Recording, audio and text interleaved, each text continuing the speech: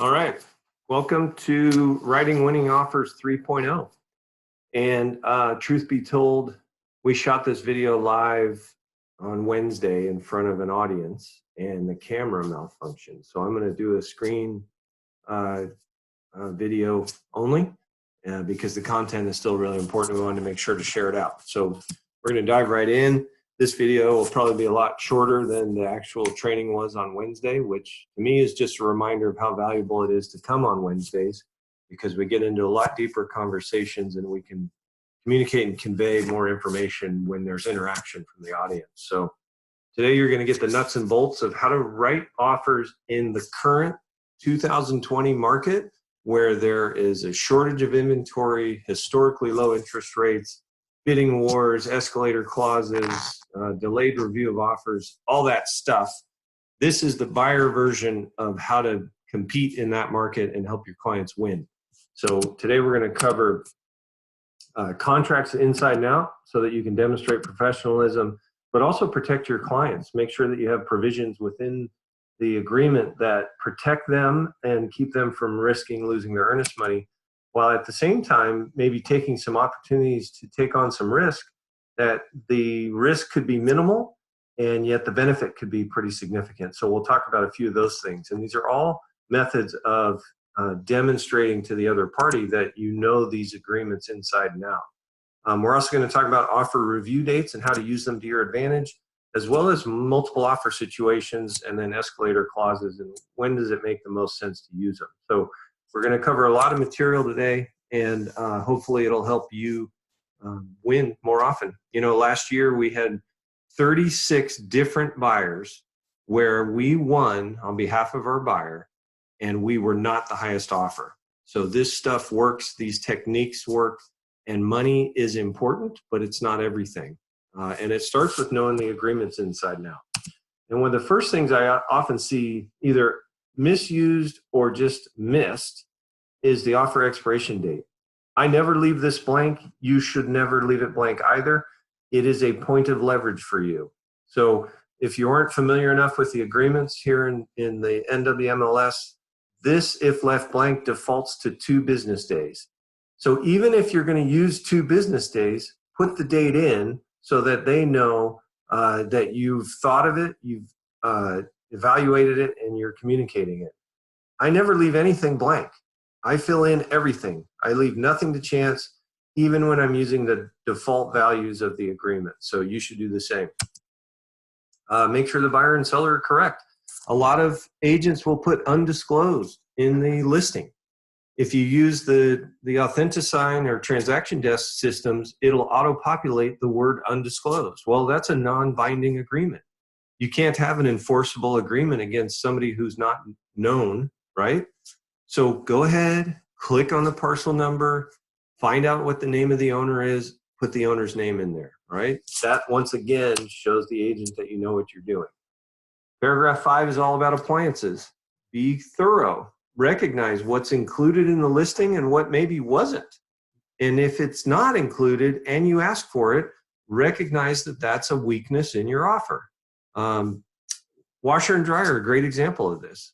Oftentimes, the seller will leave them out of the listing because they intend to take them with them. Then they get multiple offers and your offer says, we want your washer and dryer.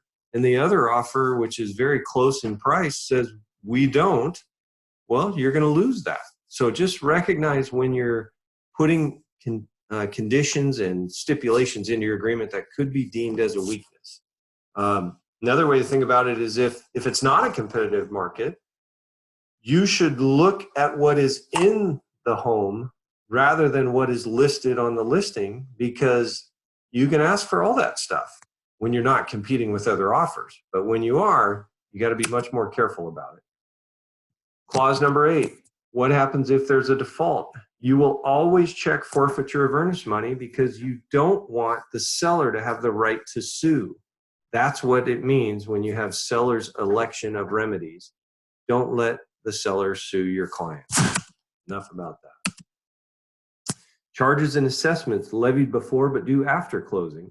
This is an interesting one. You have to be very careful because assessments can be really expensive. If it's a condo, assessments can be easily 5 figures, and in the high 5 figures if you're not careful, depending on the age of the building. So the point is, you don't want to mess around if you don't know, right? You have opportunities to evaluate assessments, but if you don't know the condition or whether there are any present or not, excuse me, then you should say prepaid in full by seller. Now, having said that, if it's a single family residence and it's not in a development and it's older than 15 years old, the likelihood of an assessment is almost zero. And so you can, in that situation, mark assumed by buyer and really not take on any extra risk or liability for your client. So just evaluate that and figure out, is there risk or is there not? Do I need to be conservative because I don't know, or can I be more aggressive because I do? FIRPTA, the Foreign Investment in Real Property Tax Act. FIRPTA is disclosed in the listing 90% of the time. So all you have to do is pull up the listing printout and then see whether they mark no or yes. If they didn't mark it, you should also check the supplements in the listing. If the supplements, or otherwise known as the attachments, don't have a Form 22E, then we don't know what the seller is. And we want to leave this blank because the MLS has specified that if it's left blank and the seller and the listing broker fill it out when they send it back to you, that's not considered a counter. So if they accept all your other terms, that's just considered mutual acceptance. So if you don't know, leave it blank, but you should check the supplements and you should check the listing itself, because leaving it blank when they've provided the information makes you look dumb, and we don't want to look dumb. Agency disclosure, that's pretty easy. You're going to represent you are the selling broker, you're going to represent the buyer, the listing broker represents the seller. In this state, dual representation is legal. As a firm, we strongly discourage it. There's just too much liability. Now, don't hear that as meaning you got to give away half of the commissions, though. We can definitely coach you through how to collect both sides, especially if you're the listing broker, and not have to represent both parties. So if that comes up, we'll do a separate training on it, or you can reach out to me directly or come to Success Hours. I'm available at 9 a.m. 5 days a week, and I'll answer questions like that when they come up. All right? All right, earnest money. This is a really important one and an often messed up one. Here's what this paragraph B says. The buyer has 2 days to deliver the earnest money check to either escrow or the selling broker.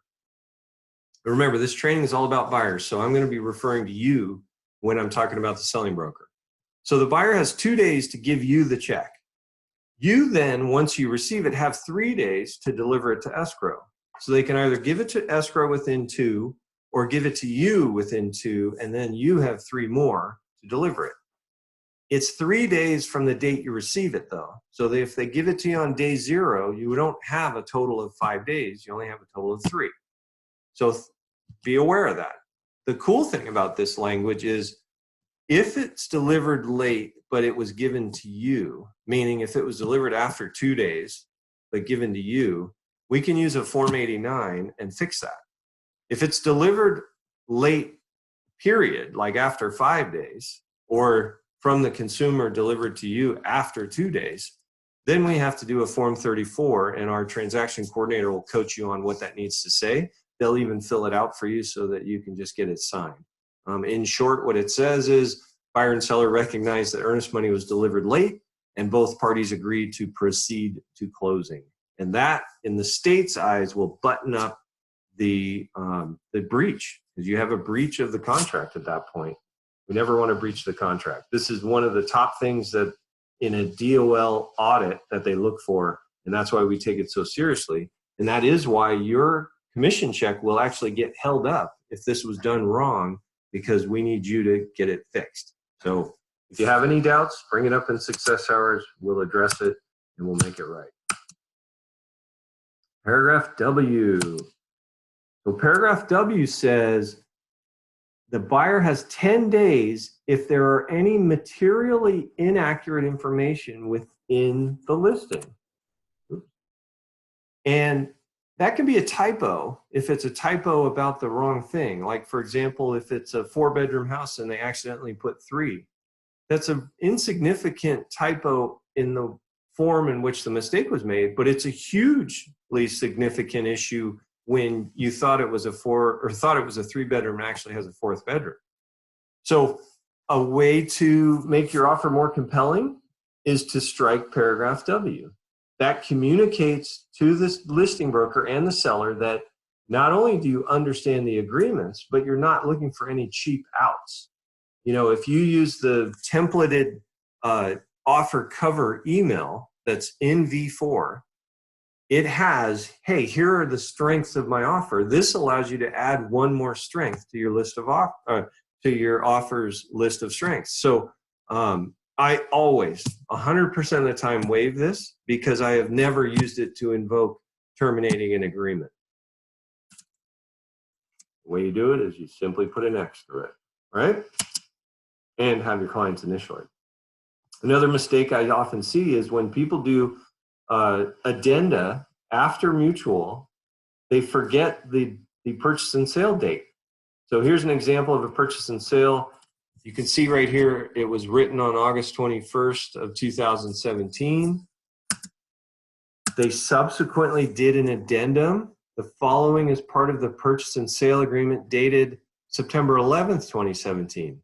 That isn't what it was dated. It was dated August 21st. That's a mistake, right? That makes that addenda not relevant. So I could fight this in court and I would win because it's an addendum to some other agreement. Don't make that mistake.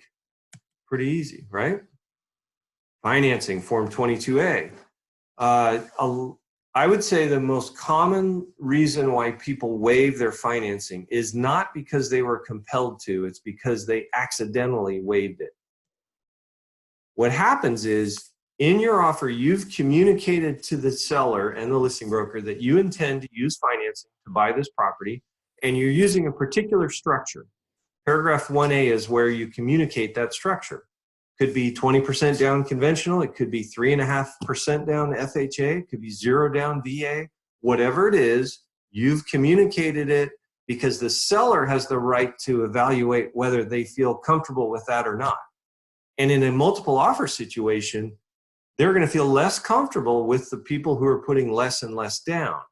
But the point of this training is make sure you fill this out accurately. Make sure you coach your client not to change that structure, because if they change the structure at any time, they actually waive financing. Changes the type of loan at any time without seller's prior written consent. A lot of people think that they have these 5 days in which to make application, and in that time frame they can change programs. The answer is no. You can only change lenders in those 5 days. If you change programs, you just waive financing and you didn't even know it. So it's really important for us as buyer's agents that we not only understand these forms, but that we train our customers. We even have to train our loan officers. I have this conversation with our preferred lender all the time, and it's not because he doesn't get it. It's because we know when a customer is still thinking about it, still deciding, and I have to explain to my lender, all right, well, here's what we wrote in the offer. Before you switch from that program, if that's what they decide to do, you got to let me know so that I can get the seller's prior written consent. That's it. Problem solved.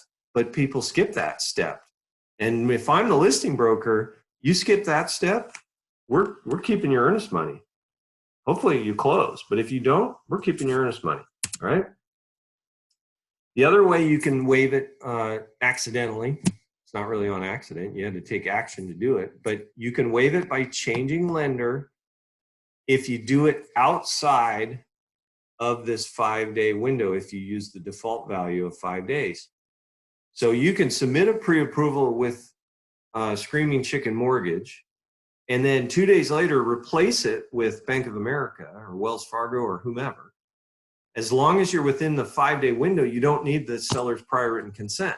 But if it happens on day 6, you need the prior written consent. That means you can't have him pre-approved and then go get a form signed that says, hey, can we have your consent? And then deliver a pre-approval that predates the consent. You just waived your financing. So you got to manage that. You got to be really smart about it, and you don't make mistakes that could cost your clients money, right? In these forms, you want to be very thoughtful about what timeframes you want to provide. Paragraph 2A is all about giving the seller an update of the status of the loan. 10 days is the default because that's enough time for you to have completed your inspection and ordered your appraisal. You probably don't have the appraisal back yet, but at least as a listing broker, I want to know that it's been ordered and that the clock is ticking, right? So I've seen people put this down to 2 days. It doesn't harm you to make it really short. It just doesn't benefit the seller. Make it so it's meaningful, right? 3A is where you got to be careful because you can harm yourself, right? This is where you give a time frame in which the seller can invoke termination no sooner than, right? So 3A, we say 30 days. That means on day 31, the seller can send you a notice to either waive financing or give them the right to terminate. Doesn't mean they've terminated, but it means they now have the right unless you waive financing. So I like to make this time frame enough time that the appraisal can be ordered and received back. And it doesn't need to really be any longer than that because the appraisal is the last piece of unknown, right? So I want to make sure that it's enough time to get it back. Well, for conventional, right now in this market, conventional appraisals are taken between 7 and 14 days. So I can make that clause 21 days and it will be perceived as a strength because the average agent uses 30 or 45 or something longer, right? This is all about at every opportunity we can, we want to use time frames and terminology that make the seller feel more comfortable with our offer over the next guys. And that means making this as short as possible.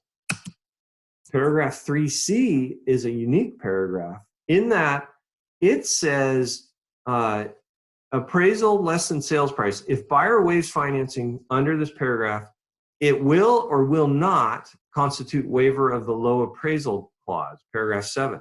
This is the only clause in all these forms where if it's left blank, it inures to the benefit of the seller. Every other clause, it's some time frame or some language that's actually to the benefit of the buyer, but not this one. So what do we do with that? Well, there's varying degrees of aggressiveness, right?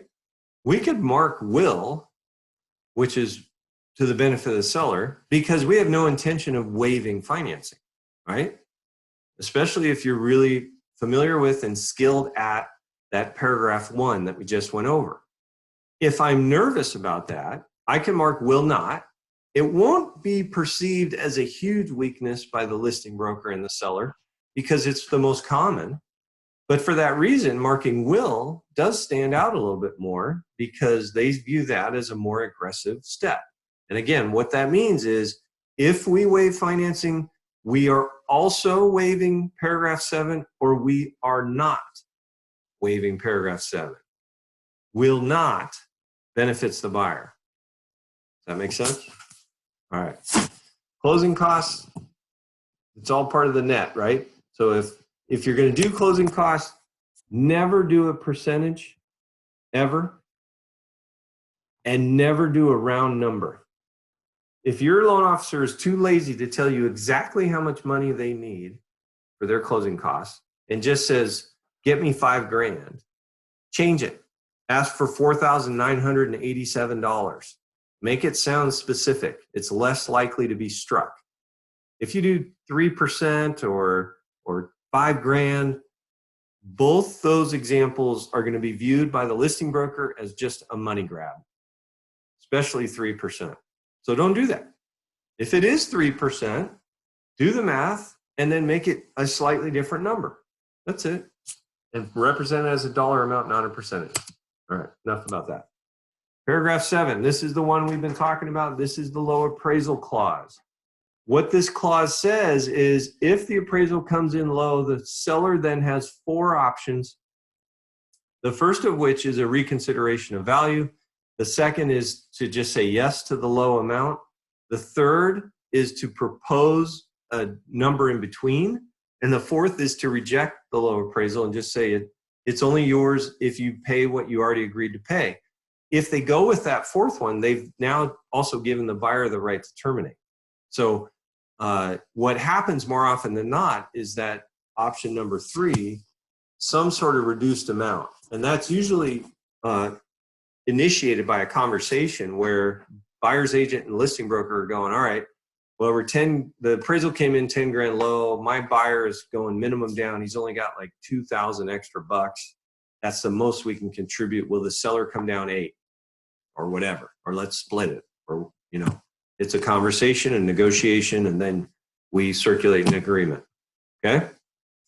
You can strike paragraph 7.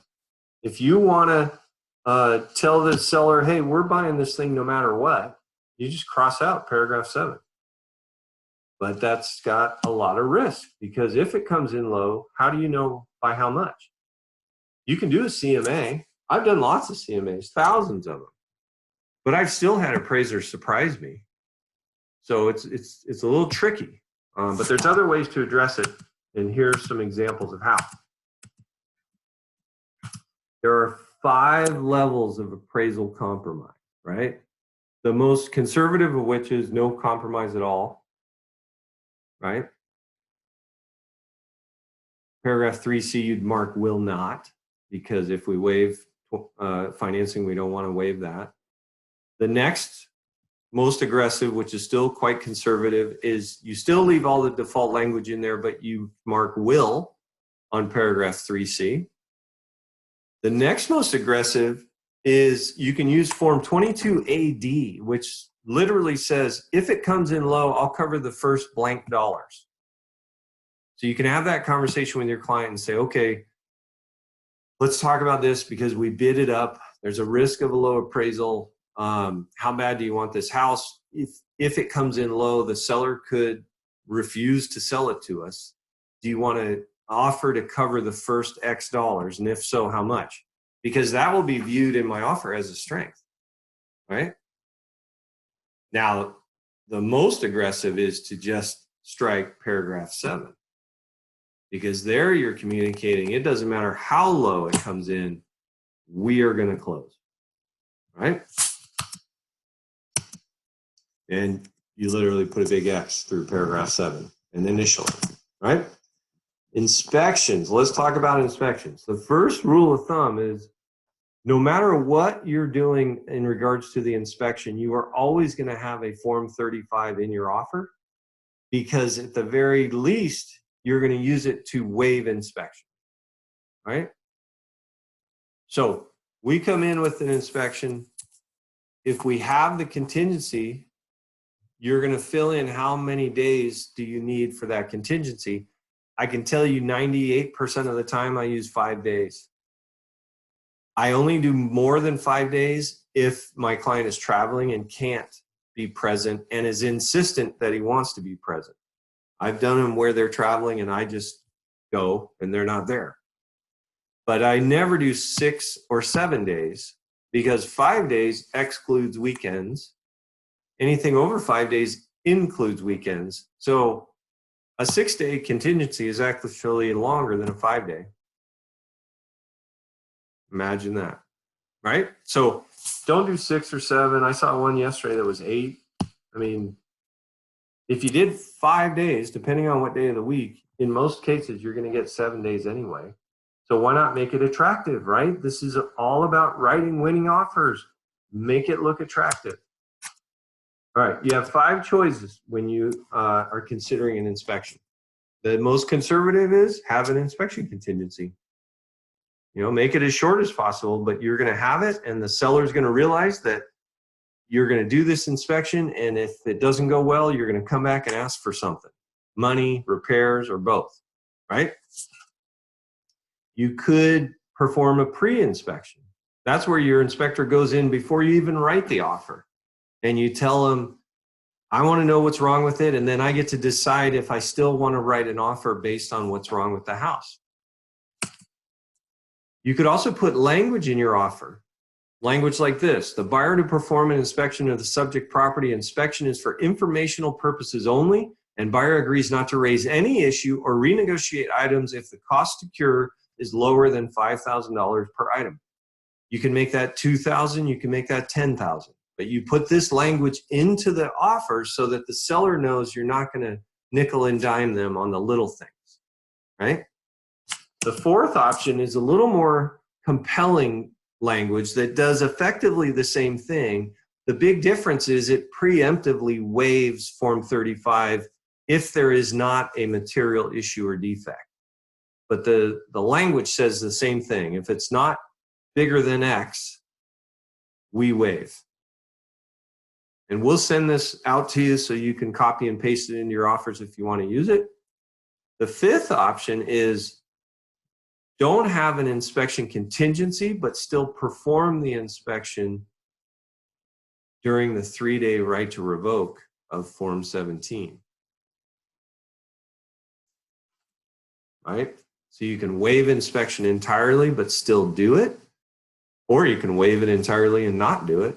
That's certainly an option. We see that a little more often on condos, because condos have less systems. You know, most of their systems are shared systems, so there's a little higher level of confidence that they must be working if there's 35 other units using them, right? So that's the inspection clause. Make sure that you make these time frames as short as possible. Make sure any additional inspections, again, as short as possible. It actually benefits you to make the seller as short as possible, right? And if you're not going to have an inspection, mark paragraph 4. A lot of agents think you just leave out Form 35, and that's not true, because you want to have this language that says the buyer has been advised to get an inspection but is choosing not to. That absolves you and I and the firm of liability, right? Form 17. There's 3 signature lines on the 6th page of Form 17. The first one, the top one, is acknowledging receipt. The second one is waiving the right to revoke the offer. You should always have your client sign the first one, and you should have your client sign the second one. If you already have an inspection contingency, you may as well waive Form 17. Or if you don't have an inspection contingency and you're intending to do this kind of sneak attack inspection, then don't waive the right to revoke, because you will have closed that window of opportunity. The third one is when it's an estate sale or a bank-owned property, you can waive the right to receive a completed form. And that's just more assurance for the seller that you're not looking for a cheap way to get out of the deal, and you recognize that they aren't going to provide you with a completed form. All right, now let's talk about offer review dates and how to win. So just so we're all working from the same definition, offer review date is when a home comes on the market on a Thursday, and in the listing it says we're not looking at offers until Tuesday or Wednesday at this time, right? When that happens, don't take for granted that they're not going to review offers sooner. I know too many brokers that have lost out on a house because it's sold before the review date. You know how I know that? Because usually I'm the one putting the house into escrow before the review date, because I recognize that for the right offer, the seller will accept and not wait around, right? So just because they say it doesn't mean they mean it. And you owe it to your buyer to figure that out and have that conversation with the listing broker on how likely are they to stick with their plan, right? When this happens, consider using what we call the HTA 2-step. What this means is we write an offer that expires early, but is super aggressive as we can be. And if it doesn't work, then we write a second offer that presumes there are competing offers, so we'll use things like escalator clauses, and that one's not going to expire until the review date, all right? So remember, fast, hard, aggressive early, but expires quickly, And then if it doesn't work, then we compete with the masses on the review day. All right. There is a video in V4 that is specifically about the offer writing system. I encourage you to watch it. I get into a lot more detail on how to do it, how to talk to your client, and all that stuff. Okay. All right. One thing I didn't say is in that first quick aggressive offer, there is no escalator clause because the presumption is you are writing strongly and there aren't other offers that would trigger your escalator. So don't let your client make the mistake of saying, well, but let's put an escalator clause in there so that we only go higher if a second offer pushes us. That's a huge mistake because remember, the seller sort of set sail for a plan that they believe is going to lead them to multiple offers and getting over asking.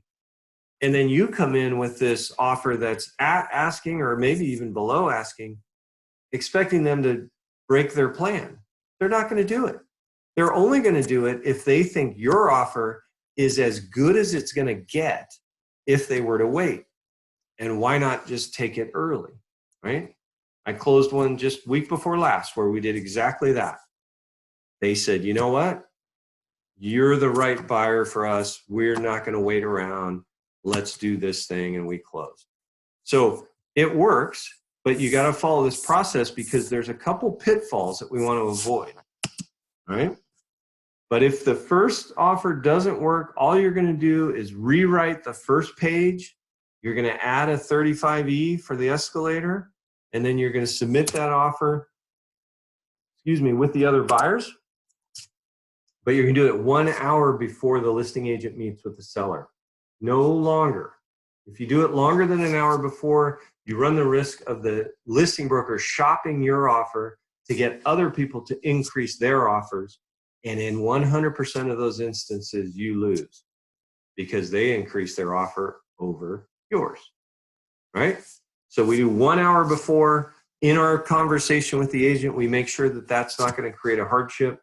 I had this conversation. There's one, we're going to be doing a second offer like this with the escalator on Tuesday.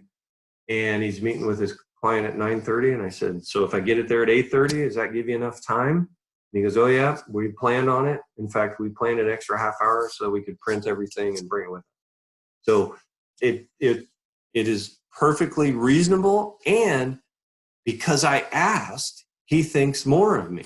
He thinks, oh, this guy's actually he's worried about creating a hardship for me. And I appreciate that, right? So 1 hour before, but make sure that's going to work for the listing broker, right? Now remember, in a multiple offer situation, you don't have to be the highest offer to win. You just don't. There's a couple hundred other terms in the offer. You should make sure that those are all as strong as possible so that if the price that you've submitted, I mean, we're always taking for granted that the buyer is going to be as aggressive as they're able or as aggressive as they're willing. Well, there's no assurance that number is going to be high enough, right? So we make all the other terms as aggressive as we can in case that number is not the highest, right? So you don't have to be the highest, but you do need the listing broker to like and respect you. Plain and simple. People work with people they know, like, and trust. We've known that for eons, right? So we are going to use that to our advantage, right? So step one is you write an offer as strong as you can, right? And you call the listing broker. When you call the listing broker, you're going to build rapport. Step one is get them to like you. The best way to get them to like you is to compliment them. Use humor with them. Let them know what a great job they did marketing that property. That's how you get people to like you in fairly short order, right? Then you're going to ask them, hey, besides price, what are the best terms? Or are there any terms besides price that your client is looking for? Oftentimes this question will revolve around possession dates. If it's a vacant home, I'll say, hey, obviously price is important. It's vacant, so I'm assuming closing quickly would be valuable. Is there anything else? Unlikely that they'll say, yeah, they really want to make sure that you don't take the microwave or whatever. but you ask that question. It again reinforces how professional you are. It reinforces how aggressive you're trying to be and thorough. Okay. You also in this call ask them if they have any other offers at that time. And if they do, ask them how high they are. There is a continuum of agents about this question. And by that, I mean, there's a continuum of how much they'll tell you. There's the super conservative agents who are offended that you even asked. And then there's the, I don't even know what to call them. I've had agents actually send me the purchase and sale agreement that I'm competing with. So they're at the other end of the continuum, right? Most people are in between. It's like a bell curve. But you have to get very skilled at extracting information out of that agent because it helps you write a better offer. Well, there's a few techniques you can use to do that. So you say, all right, that's great. Thanks for the tips about the terms besides price. How's it going so far? Do you have any other offers? Well, yeah, we got one, we got two, we got one coming. You have to use, if you're a parent and you have children, rely on that skill when you know how to tell if they're telling the truth. But don't call them out on it, right? You're just going to say, oh, that's great. Congratulations. Do you know how high they are yet? If they haven't received them yet, they'll hem and haw and say, well, I can't tell you that, which actually could be Pig Latin for I don't have them yet. But you're just trying to be persuasive and charming, right? Hey, I'm not trying to make you do anything that you're not comfortable doing. I just know that your fiduciary duty to the seller is to get them as much money as possible. And I just want to help you do that. Where do I need to be to win? Right? You can do that. You can use the hotter, colder game. Wow, you got two? That's great. Are any of them over list? Yeah. Wow, that's awesome. Congratulations. Let's say the list price is 500. Did any of them go over 510? Am I getting hotter, colder? 520? 525? Right? So I'm just gradually trying to get as much info as I can. And then I'm going to thank them and ask them the next question. Hey, if I submit you an offer that blows your client away, will you guys accept an offer early? And if it's like this guy I just spoke with on Friday, he'll say, no, you're not the first one to ask, and people can be as pushy as they want. We're not straying from our plan. That's what I want to hear, unless he's going to let me buy it, right? Because if I don't write a strong enough first offer in that two-step, I want to see if someone else comes along and writes an even stronger offer, could they persuade him? So let's kind of role play that out. So I say, if I put an offer that blows your socks off in front of you, will your client accept it? And he says, nah, we intend to stick with our plan. Okay, that's good news for me. What if someone more pushy or more persuasive comes along and writes an even stronger offer? Is there a chance you'll accept theirs? And he'll say, no, we're going to stick with the plan. The fact that I got him to say that creates a subconscious obligation in his mind to not go against his word. So even if someone comes and tries to blow them away, he's going to try and resist. Now, it doesn't work 100% of the time, because sometimes a buyer will come along and write a stupidly high number, and the seller will go, yeah, I definitely want to take that. I'm not waiting for Tuesday, right? But at least get the agent to say, it doesn't matter how high, we are not going to deviate, right? And then ask them what time they're going to meet with the seller, and give that whole spiel about, okay, great, you're meeting at 2. If I got my offer to you by 1, does that give you enough time to print it out and bring it with you?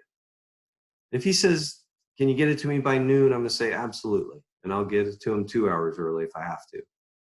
It's unlikely at 2 hours that he's going to shop my offer against somebody else's, right? But my goal is 1 hour.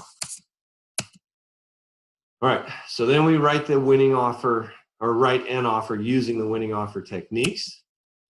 And don't forget what I call the ED question, right? So I'm talking to my client about this $500,000 listing, and I say, okay, we've established the market value is a little bit over the list price, but not much. It's just priced well. But I want to talk to you about this thing I call emotional premium. You know, the perfect house in the right neighborhood next to relatives or friends can be worth more money to one buyer than it can be to the next. And we call that emotional premium. So is this house the type of house where you would be willing to go over the asking price for that reason, right? So I've just given them an excuse to pay more than the asking price, which is an important dialogue because human nature is not to pay more than what's being asked for it, right? But we know in a market like this, if we don't, we're going to lose, right? So they go, okay, yeah, we really do like this one. We would go to 525. Okay, great. I write that down because that's where I'm going to escalate to. Or if I'm doing a two-step, that's where I'm going to write the first offer to, right? But then I ask the ed question. The ed question goes like this. Hey, Joe, okay, 525, I got it. Now, let's say someone comes along and they offer 530 and we lose. Are you going to be mad? Or are you going to be mad at me or the situation? And he'll go, well, shoot, I don't want to lose it over $5,000. Let's go to 530, right? And then I go, okay, got it, 530. I write that down. And I go, all right, Joe, let me ask you this. What if someone comes in at 532, 500 and we lose? Are you going to be mad? I keep asking that question in incrementally smaller amounts until he says, you're just going to keep asking me this until I say, uncle, aren't you? And I explain, no, my mission is not to squeeze money out of you. My mission is actually a hard one because what I'm trying to do is help you establish what is truly an intangible, right? And that is a number where if I win, I'm happy. But if someone beats me by $5, they can have it because they overpaid. And that's not always an easy number to establish. So that's why I asked this question this way, because that helps you get some clarity about whether you're comfortable or starting to get uncomfortable. And then we just settle on what the final number is going to be, right? So it's a really important skill, and you have to do it tactfully. But when you explain it that way, they won't hate you. I've never had anyone hate me yet, so knock wood. All right, after we've done all this, we've crafted our offer, we've figured out how high we're willing to go, then we call the listing agent a second time. And the script is the same, except now we just have a history of already having some rapport with them, so we're going to build some more rapport, right? You also want to have had a conversation with your own client about whether or not if we get there and we are going to lose, but lose barely, do we want a phone call? Because in this second call to the listing broker, I'm going to explain that to them. Hey, we put as strong an offer as we can together, and my client really wants this house. So if you figure out that we're going to lose for some reason that we're not thinking of, would you give me a courtesy of a call?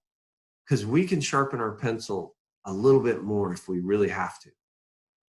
And I've had agents call me and say, you know what? Right now you're out of the running by $5,000, but if you come up, we'd rather work with you.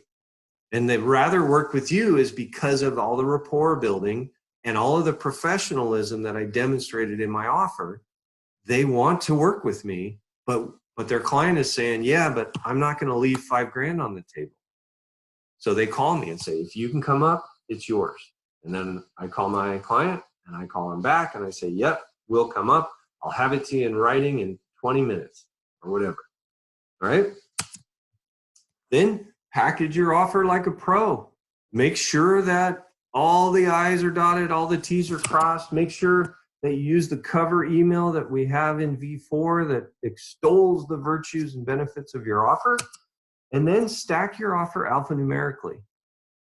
There's nothing worse than an offer that's out of order and it's confusing. People are used to reading these agreements in a specific order, and they leave it up to you to put it in that order. Well, that order is alphanumeric, followed by the legal description, the Form 17, and then the proof of funds or pre-approval, right?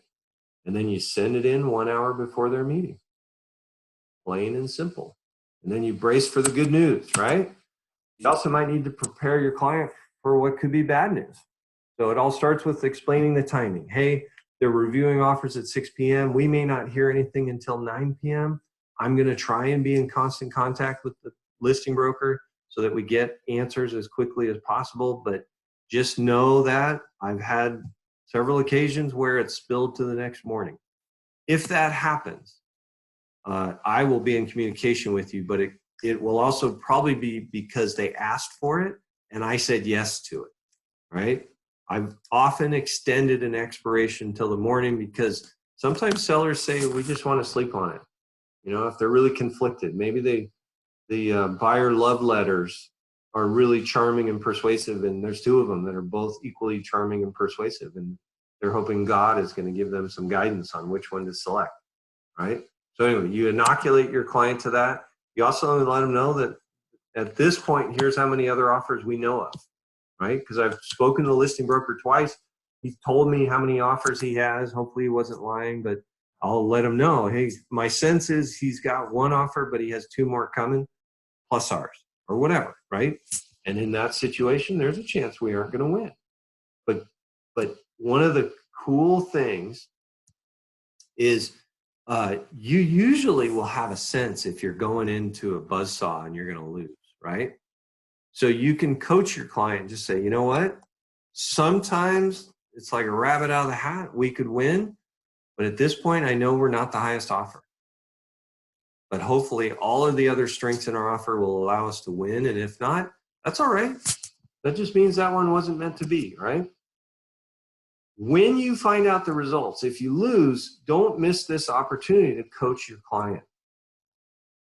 Find out exactly how low you were and how high the winning offer was, how many of the offers that got, and what place you came in. That's how you coach your client to be aggressive on the next one. Hey, you know what? There were 7 offers and we came in 7. And the winning offer was $50,000 higher than we. I'm not saying that to beat my client up.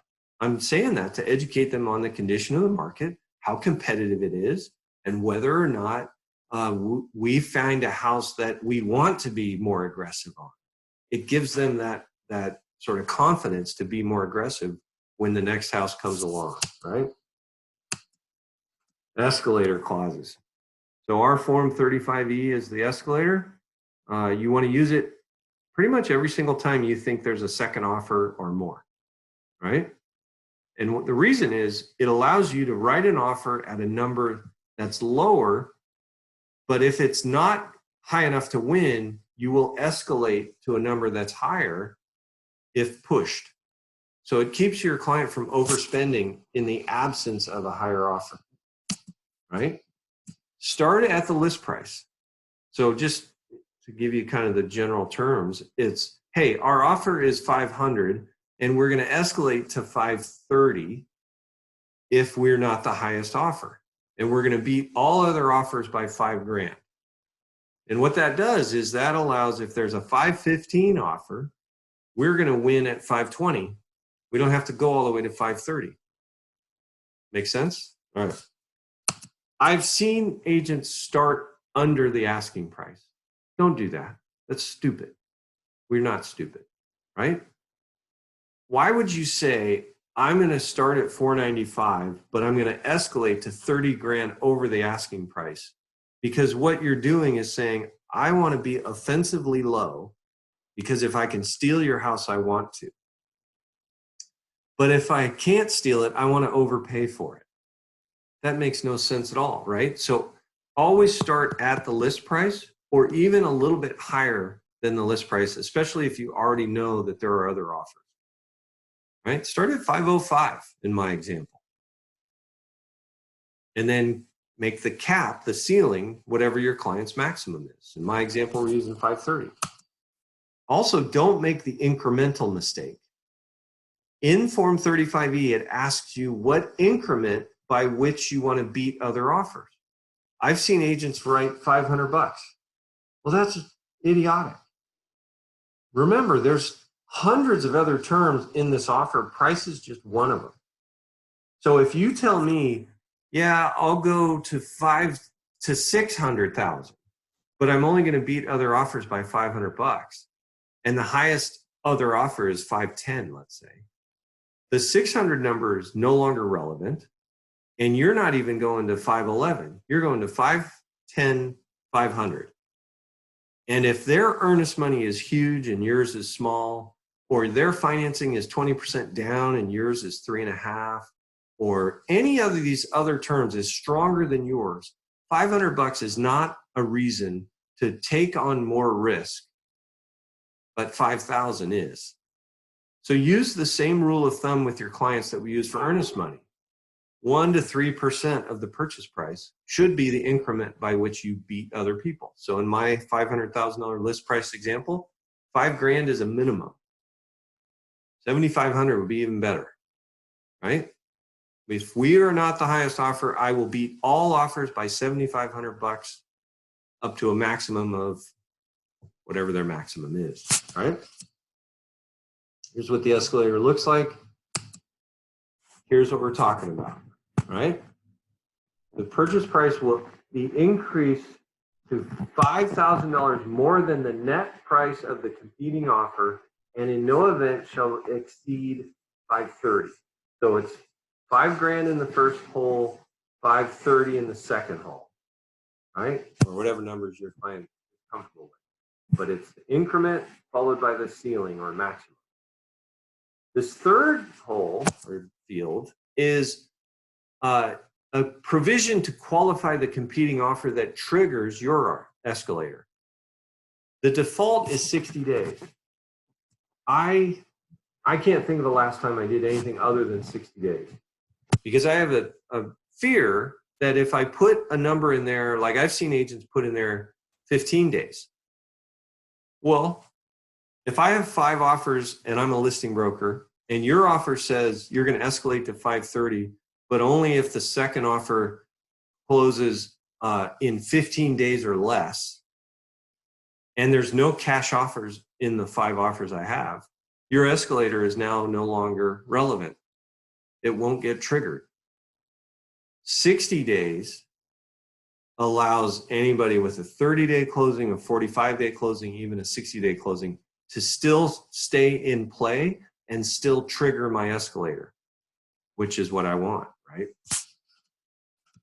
All right, if you win, make sure that the first page of the purchase and sale, the price is struck and it says see Form 35E. Because escrow officers all the time look at that first page and they see 500 and they think that's the final price. And if you leave the 35E as the last page because you stacked it alphanumerically, they may not notice it, and that would be bad. The other thing is I bring Form 35E to the front, make it the first page. So now it's your stacking order is 35E followed by Form 21 or 28, followed by all the addenda alphanumerically. Make sure there's no confusion on which the price should be, right? If you don't win, help your client learn from the experience, right? And definitely don't let them feel defeated. There's a really powerful dialogue that I use in this situation every single time, which is, hey, Joe, I've never had a client, when they finally won, grieve the one that got away. Don't worry, man, we will find a better one. And you'll look back on this and think, yep, I'm almost glad I didn't win. All right? That's assuring, and it gives them hope. Because remember, it takes a lot of emotional investment to write an offer on a buyer's part, right? They fall in love with a house, they decide they want to put all their chips into that basket, and then they lose, and now they feel like someone got my house. You have to give them hope. You have to explain to them, I know this sucks. That was a good one for sure. But you know what? I've never had a client, once we found the right one, grieve the one that got away. Don't worry, we'll find a better one. And that instills hope in them, right? All right. If you're watching this video, I have more homework for you. Your homework is to watch the HTA offer writing system. It's a great video. It's all about how to do a great job little more granular detail that applies in any market. This video is all about this buyer's market and how hot it is. So watch that video and learn how to master the offer strategy session, the HTA two-step. We'll even do, in that video, do a deep dive on when to call and what to say to the listing agent. And that's a wrap. So if you have any questions, reach out to me, comment, like, subscribe. And other than that, go out and change some lives, all right?